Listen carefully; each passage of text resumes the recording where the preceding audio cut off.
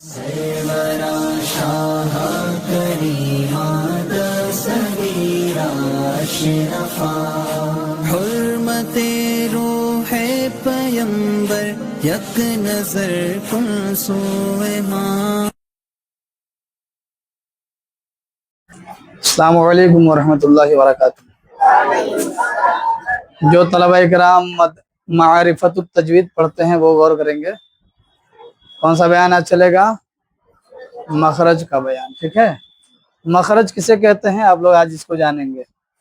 लोग कहते हैं आप जाएंगे मखरज के साथ पढ़िए, मखारिज के साथ पढ़िए, बोलते हैं कि नहीं बोलते हैं? तो मखरज किसे कहते हैं आप लोग इसको जरा देखेंगे।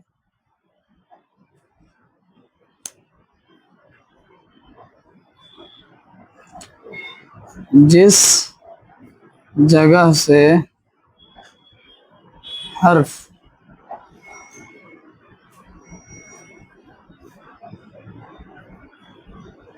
निकलते हैं, जिस जगह से कहता है, जिस जगह से हर्फ निकलता है, इसमें दिया है ना, निकलता है, निकलता है।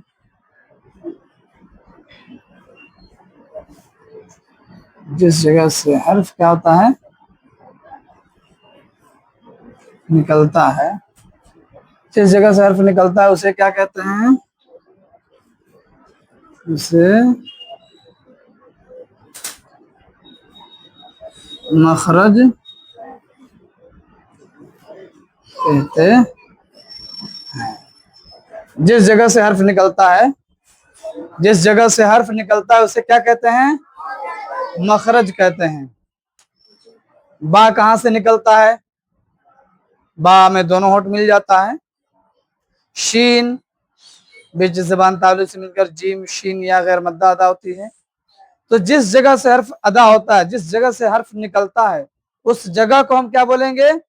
मखरज बोलते हैं। क्या बोलेंगे उस जगह को? उस जगह मखरज बोलते हैं। ठीक है ना, यह हो गया मखरज की तारीफ कि जिस जगह से हर्फ निकलता है उसे क्या कहते हैं? मखरज कहते हैं। और आगे एक और देख लीजिए क्या होते हैं उसके बाद। जिस अंदाज से हर्फ अदा होता है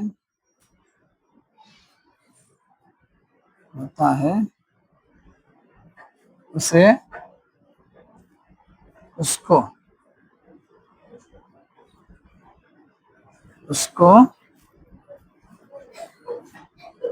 सिफत कहते हैं। क्या कहते हैं उसे? सिफत कहते हैं। जिस जगह से हर्फ निकलता है उसे क्या कहते हैं? और जिस अंदाज से हर्फ अदा होता है उसको क्या कहते हैं? जिस अंदाज से हर्फ, हम हर्फ को किसी अंदाज से अदा करते हैं कि नहीं? किसी हर्फ को सख्ती के साथ अदा करते हैं, किसी हर्फ को नरमी के साथ अदा करते हैं, किसी हरूफ में जंबिश पाई जाती है उसके मखरज में, होता है कि नहीं होता है? तो उस तरीके से अब आगे कह रहे हैं, इसको जरा देख लीजिए आप लोग।